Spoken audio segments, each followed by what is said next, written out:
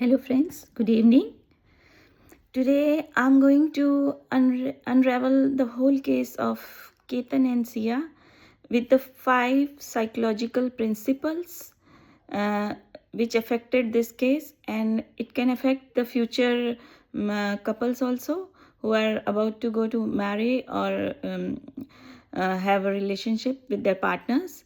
So you have to understand these 5 psychological principles to understand how the man and the woman are working nowadays. Only then you will be keep yourself safe, and you will be happy in your relationship. So the first principle is the selfish genes.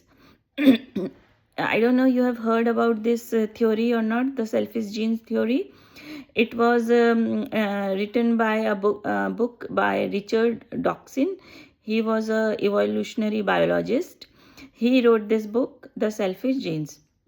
In this book, what he established that men are very prone to take their lineage, their bloodline forward to the next generation, and in this process they become too much selfish also. Okay friends, now let me explain in Hindi, because in India the more of the people understand Hindi. So ये Richard Dawkins की book थी, evolutionary biologist थे वो, और उन्होंने लिखी थी the selfish gene. तो इनके बेसिस पे एक सेल्फिश जीन थ्योरी डेवलप हुई है. इसमें ये बताया गया है कि किस तरह से जो मैन होता है उसको एक बहुत ज़्यादा अर्ज होती है अपनी ब्लड लाइन को या अपनी लीनिएज को आगे ले जाने के लिए, और इसके लिए वो कुछ भी करने के लिए रेडी रहता है. मतलब कि he can sacrifice his money, his status, his money, his happiness, his time. He can devote his time also to take this forward. उसके लिए वो बेस्ट जीन का सिलेक्शन भी करना चाहता है लेडीज़ के अंदर, और फिर अपनी लीनिएज को आगे ले जाना चाहता है. तो और इसी से ज्वाइन होके दूसरी साइकोलॉजिकल थ्योरी आती है जिसका नाम है अराइवल फॉलेसी या डेस्टिनेशन एडिक्शन. इसमें क्या होता है, ये दोनों के केस में आता है, केतन और सिया के. इसमें क्या हुआ कि केतन जो है वो अराइवल फैलेसी में इस तरह से फंस गया था कि वो शादी करके अपनी फैमिली बना के अपने बच्चे करके एक हैप्पी मैरिड लाइफ जीना चाहता था, और उसका ब्रेन जो है उस जगह पे स्टक हो गया था कि I want to get married. ठीक है, उसने अच्छी लड़की चुनी थी, परिवार वालों ने मिलके चुना था, वहाँ पे he was okay, but he was stuck into his destination was marriage. अब वो क्या हो रहा था, ये जो जर्नी थी मैरिज तक पहुँचने की, ये इस पे ध्यान नहीं दे रहा था. और उधर दूसरी तरफ सिया क्या थी, सिया जो है एक यंग लड़की थी, वो फ्रीडम चाहती थी. तो इस पे मेरी थर्ड थ्योरी आती है कि वुमेन जो होती हैं वो फ्रीडम में ज़्यादा, मतलब अकेले ज़्यादा हैप्पी फील करती हैं बशर्ते कि मैन के. तो वुमेन को फ्रीडम में खुशी मतलब अकेले रहने में खुश रहती हैं वो. You can go and search also this theory, which gender is happier alone. So women can manage everything, और सोसाइटी में टर्म्स बनाने में और ये सब करने में भी वो स्मार्ट होती हैं. तो अगर उनके पास फाइनेंशियल मीन्स है और वो सेफ फील कर रही हैं, तो उनके लिए अकेले रहना इज़ प्रेफरेबल बजाय कि किसी और के साथ रहना. तो इस समय जो है सिया के केस में she was financially independent because her parents were rich, and safety was also there because definitely because of her social status. She was from upper middle class. तो वुमेन जो है वो बनना नहीं चाहती हैं. और मैन को क्या है, एक सेल्फिश जीन्स है, तो उसकी वजह से उसको शादी करनी थी इसको केतन को. दूसरा अराइवल फैलेसी, वो मैरिज पे एकदम स्टक हो गया था. और सिया किस पे स्टक हो गई थी, फ्रीडम. उसकी अराइवल फैलेसी या डेस्टिनेशन एडिक्शन था freedom. She at any cost she wanted freedom. तो दोनों लोग अपने अपने एम को देख रहे थे. इस समय जो जर्नी पे कोई ध्यान नहीं दे रहा था। मतलब सिया ये नहीं सोच पा रही थी कि ये सब पता लगने से मेरे पेरेंट्स का क्या होगा, उनकी कितनी बदनामी होगी, या मेरा क्या होगा, मैं जेल चली जाऊंगी और मुझे वो फ्रीडम नहीं मिल पाएगी, ये भी नहीं सोच पा रही थी। इसको आप उससे लिंक करके देख सकते हैं जो बच्चे नीट की और आईएएस की वगैरह की तैयारी करते हैं, बड़े बड़े एग्ज़ाम्स की तैयारी करते हैं, वो भी जो है अपने डेस्टिनेशन से एकदम स्टक हो जाते हैं। यानी कि उनको जो है ये लगता है कि अगर मैंने एमबीबीएस नहीं किया क्रैक, अगर मैंने आईएएस के एग्ज़ाम क्रैक नहीं किया, आईआईटी में मैं पास नहीं हुआ, तो मतलब दुनिया मेरी ख़त्म है। जबकि ऐसा होता नहीं है। दुनिया में और भी बहुत चीज़ें करने को है, और उसके अलावा आपके पेरेंट्स हैं, बहुत सारे करियर ऑप्शन भी हैं, और आपको लव करने वाले आपके पेरेंट्स, आपके सिबलिंग हैं। लेकिन हम उन सब चीज़ों को छोड़ देते हैं और उस समय हमारा जो है डेस्टिनेशन से एक एडिक्शन हो जाता है। तो इसलिए देखा है आपने कि कई बच्चे जब देखते हैं कि हम नहीं पास कर पाएंगे एग्ज़ाम को, तो वो अपनी ज़िंदगी तक ख़त्म करने से ज़रा भी हिचकते नहीं हैं। तो यही था कि सिया का जो डेस्टिनेशन से एडिक्शन हो गया था कि मुझे फ्रीडम चाहिए, और उस समय उसको कुछ नहीं दिख रहा था। और उसी तरह से जो है केतन का हो गया था कि मुझे मैरिज करना है एट एनी कॉस्ट। और हाँ, ये है कि उसने लड़की देखी कि हाँ अच्छी है, ठीक है, सुंदर है, अच्छे घर की है, तो ये सब उसने खैर देख लिया था। बट उसके बाद ही वो स्टक, तो अराइवल फैलेसी में ये स्टक हो गया था। अब जो मेरी थर्ड साइकोलॉजिकल थ्योरी है इस केस में, वो है कंफर्ट इज़ किलर। अब इसमें क्या है कि केतन जिस फैमिली बैकग्राउंड से रहा है, तो उसको जो है हमेशा एक कंफर्टेबल एनवायरनमेंट मिला है, यानी कि एक हॉस्टाइल एनवायरनमेंट नहीं मिला।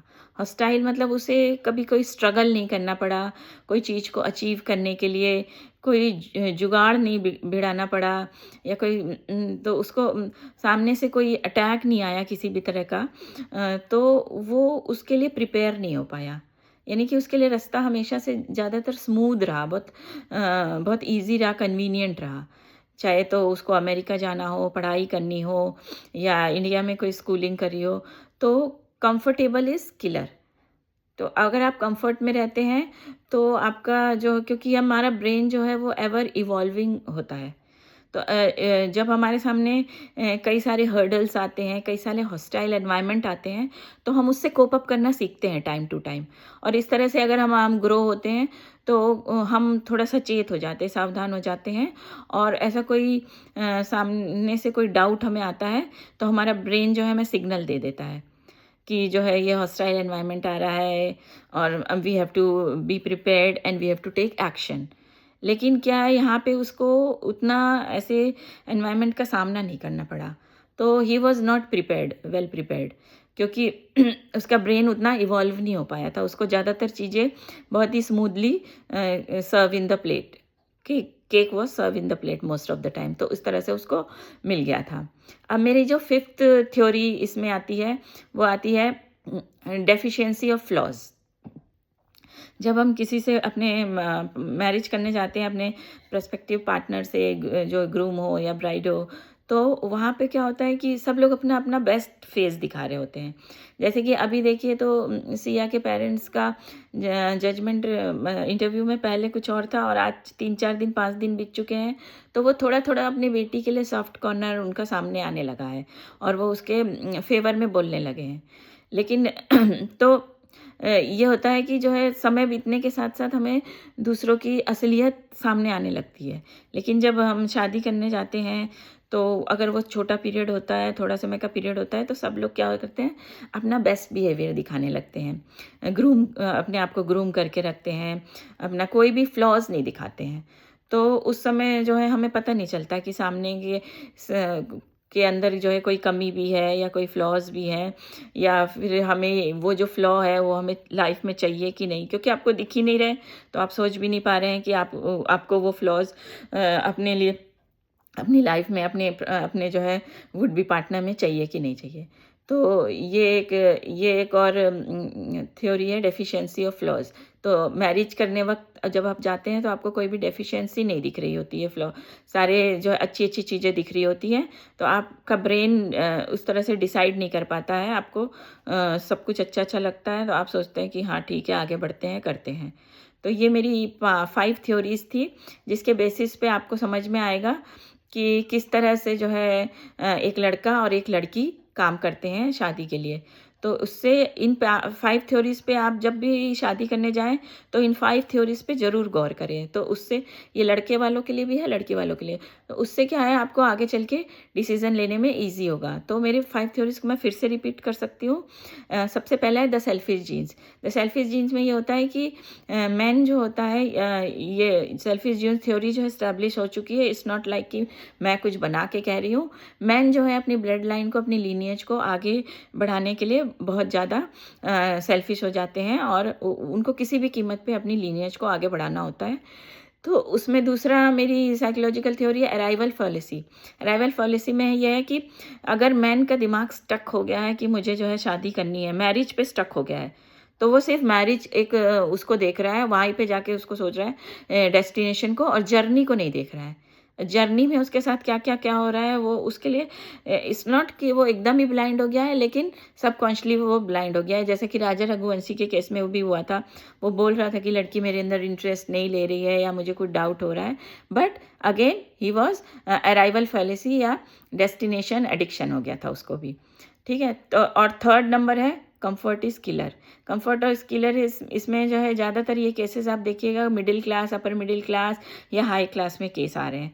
तो उन लोगों के बच्चों का क्या है कि उन लोगों ने इतना ज़्यादा कभी लाइफ में हॉस्टाइल एनवायरनमेंट या अगेंस्ट एनवायरनमेंट या रफ या हर्डल ऐसा देखा नहीं है, तो उनका ब्रेन इवॉल्व नहीं हो पाया है।